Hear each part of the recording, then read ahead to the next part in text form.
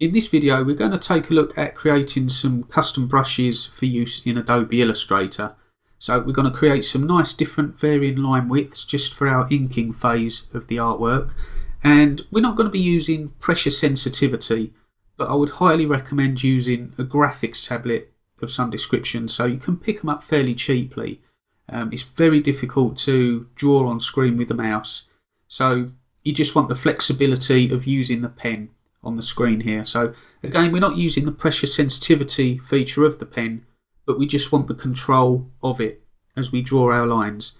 Okay, so what we're going to do is create our first brush. First thing, you want to make sure that your brushes palette is open. If it isn't, you can come up to Window here and just click on Brushes and make sure it's open. And in the swatches here, I just want a black fill with no stroke, so I'm just going to swap this out, turn off the stroke. Okay, so the first brush we're going to create is a nice thin to thick line here, and it's going to kind of taper in and taper out, so it'll go from thin, thick, thin. So quite a nice variation there. So I'm just going to grab the ellipse tool and stretch it out so it's kind of flattened. So if we take a look here, we've got this nice shape here, so I'm just going to flatten that down a bit more. And you can see here that it goes from thin to thick to thin again. So that would be our first brush. Secondly, we're going to create another brush. I want it to go from thick to thin. So just selecting the ellipse tool, I'm going to hold down Shift. So I'll create a perfect circle here. And using the direct selection tool, I'm just going to grab this end point, using the arrow key, just pull it this way.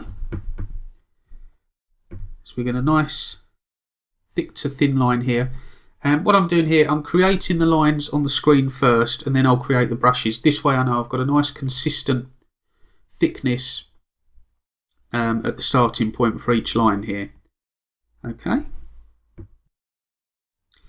And also what I'm going to do is just copy and paste this. So I'm hitting Command C, Command F, which will paste in front. I'm going to grab this one, pull it down, and this end here I just want to flatten off. So the easy way to do this is grab the rectangle tool, just draw that over the top there, so we just cut off that rounded part. Select both, come to the Pathfinder tool here, and we want this one here which will minus the front, so the shape at the front will cut away into the behind shape. So if we click that, let's close the Pathfinder, and you'll see here that we've got this flat edge down to this tapered end here. So this can just come in handy for certain areas. You know, sometimes you get this round bit kind of in the way, and this flat end will work quite nicely.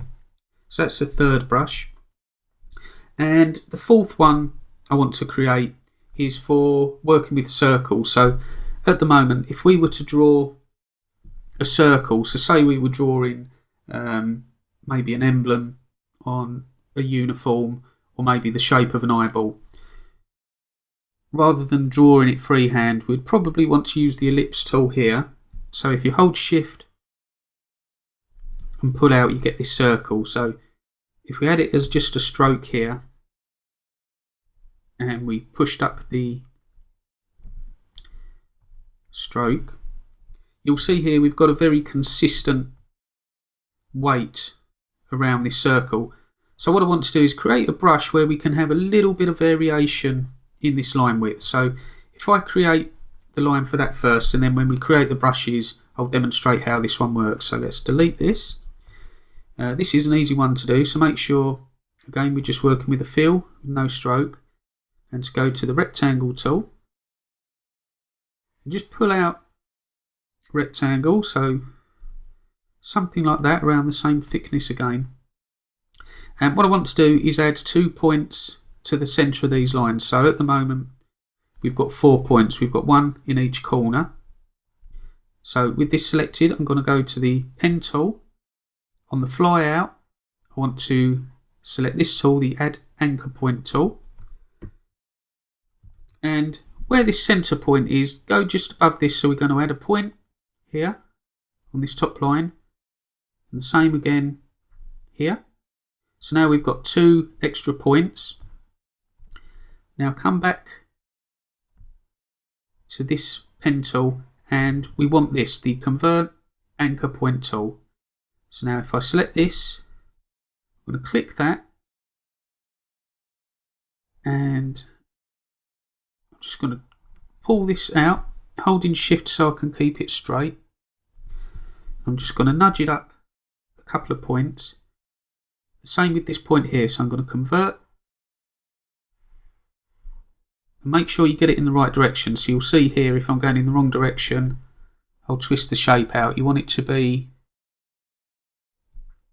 consistent, so it's like a swoop. Otherwise you'll kind of, if you see there, we're twisting the shape. So keep it in the correct direction there if you can see that.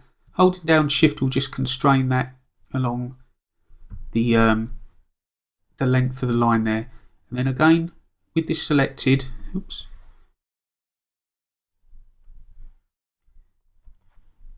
I want to pull this down a couple of points. So you'll see here when I deselect,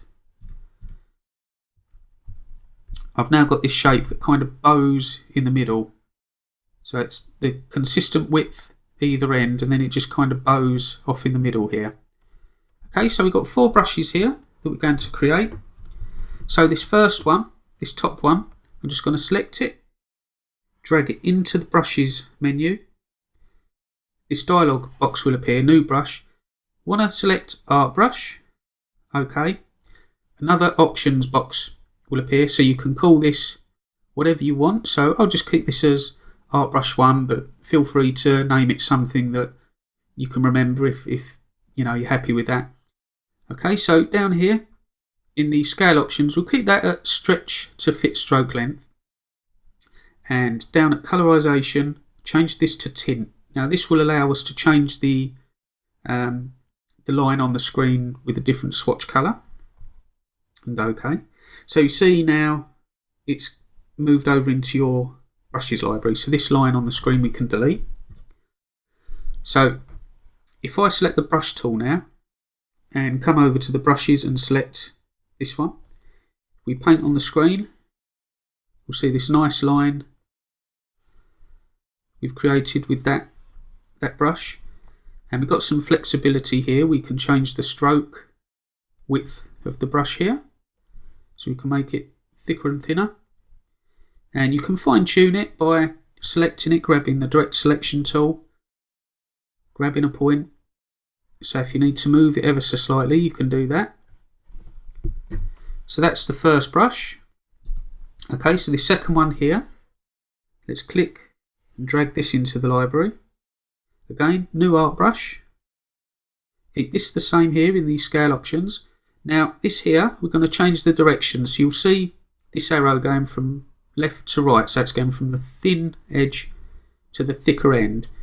So if we draw this on the screen, we'll start with a thin and then go to thick. But I want it the opposite. I want it to act more like a paintbrush. So when I put the brush down, it's nice and thick, and then it will taper off thin as I lift the brush off of the page. All I need to do is click on this arrow here to change the direction, and you'll see that the arrow is now going from the thick end to the thin. Remember to change your colorization to tints, and okay. So we can delete this now because we've now got this brush over in the library now. So again, if we grab the brush tool, we've got this nice thick to thin line. And now if I deselect, grab the brush tool and grab the previous brush we created, if I do the same here, you'll see we've got 2 different types of brush. And you can see here the thickness in the thick parts are pretty much consistent. That's why I created these pieces on the screen first. If I went in and did it one at a time, there may be some inconsistency. So if I want to change the stroke width of each of these, I know that if I create them all at the same time, if I want them to both be a stroke width of 2, they're going to remain pretty consistent there. So that's the reason why I create these pieces on the screen first. Okay, so let's delete these. The third one is the same as the second, but we've just got this kind of blunted off end here. So let's drag that in here again. New art brush. Again with the direction, I want it to go from thick to thin, so I'm going to change the direction. And remember you're changing here to tints and OK. So we can delete this. Grab the brush tool. And you'll see here we've got this nice line.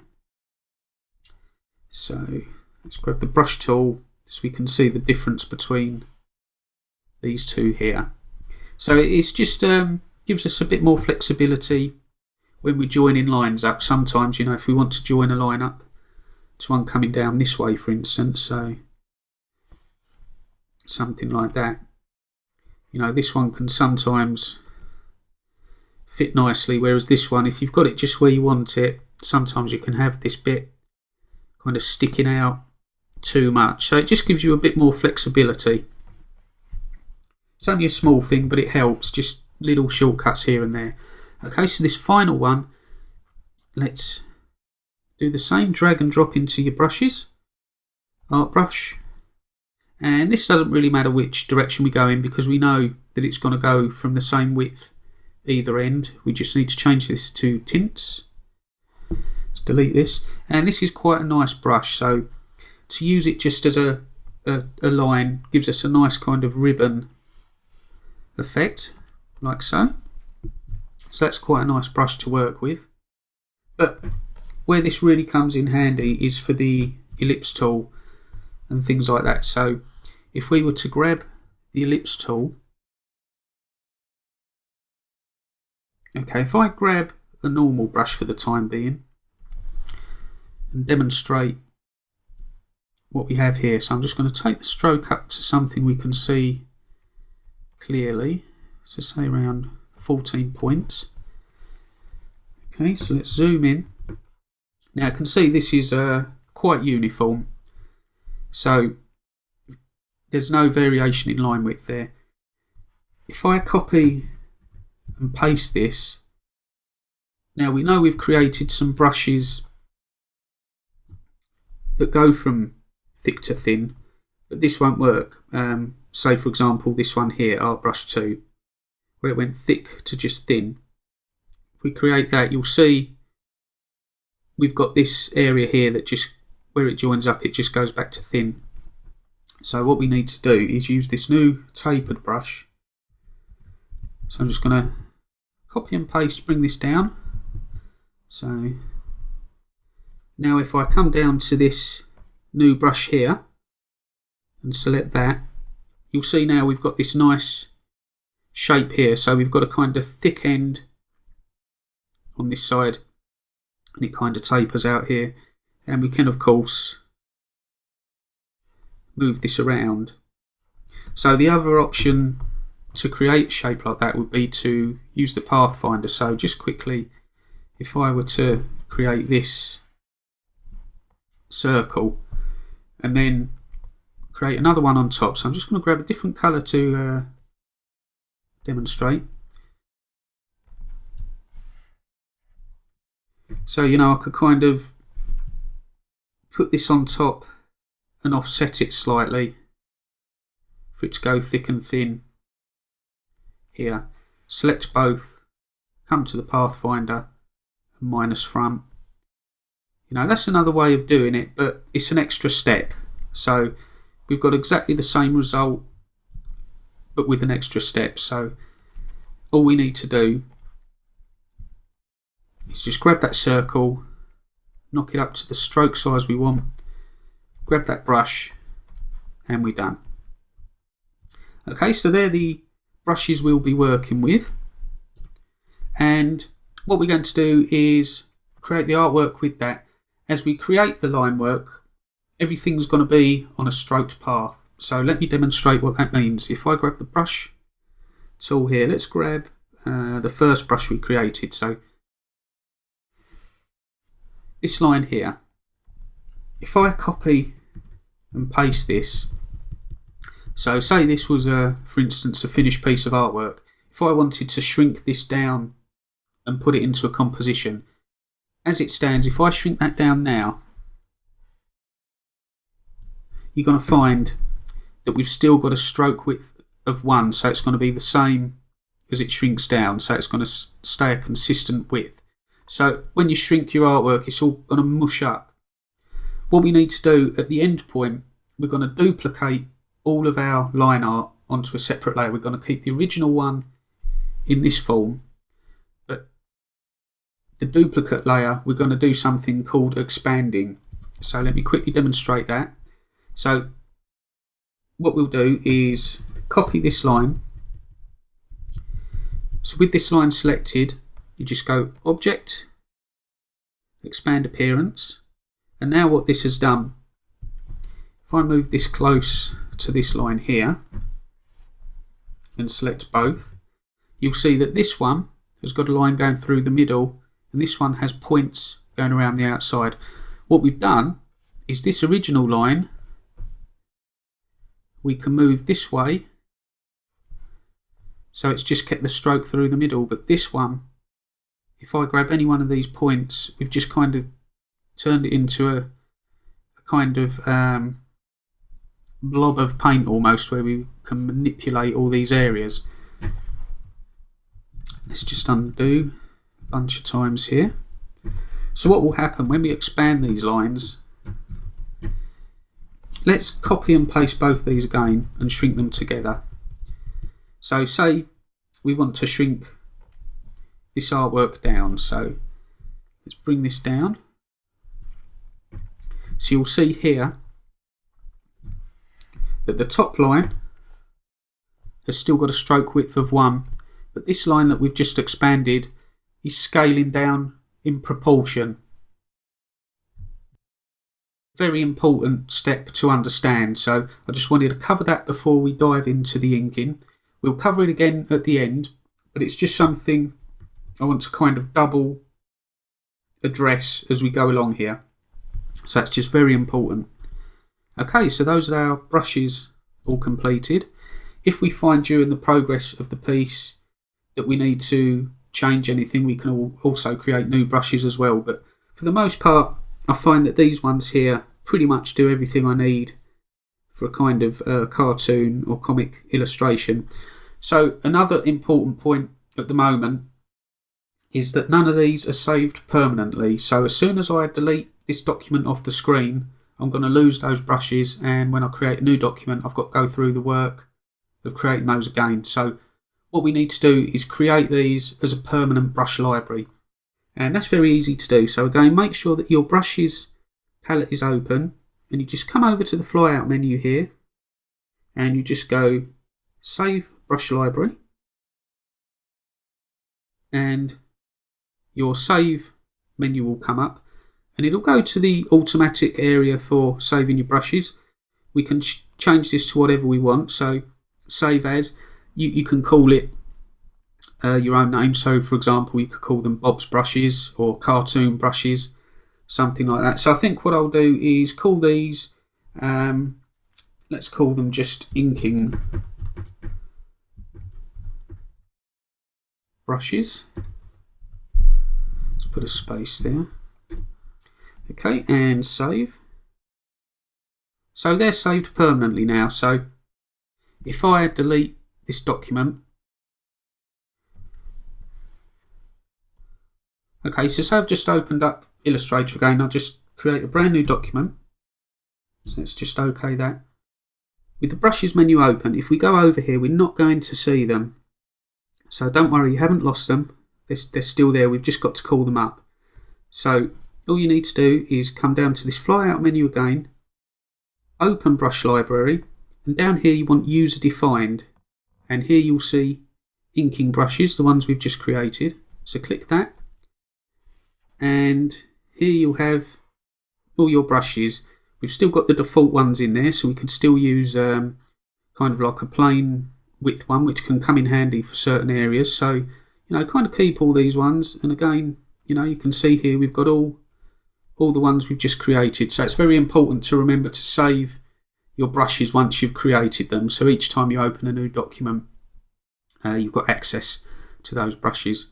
Okay, so that's covering how we create some custom brushes in Illustrator, and we'll be using those in the project to follow. So have a play around with creating some of these, and feel free to come up with some of your own. You're not limited to just the ones I've created. Maybe have a play around with some of the tools. Maybe you can make some that kind of are a bit more wavy in the middle. You could almost create a brush that you could add a wavy effect to some hair, something like that. So have a play around and just save them all down. And when you're ready, move on to the next video and we'll start creating some artwork for the project.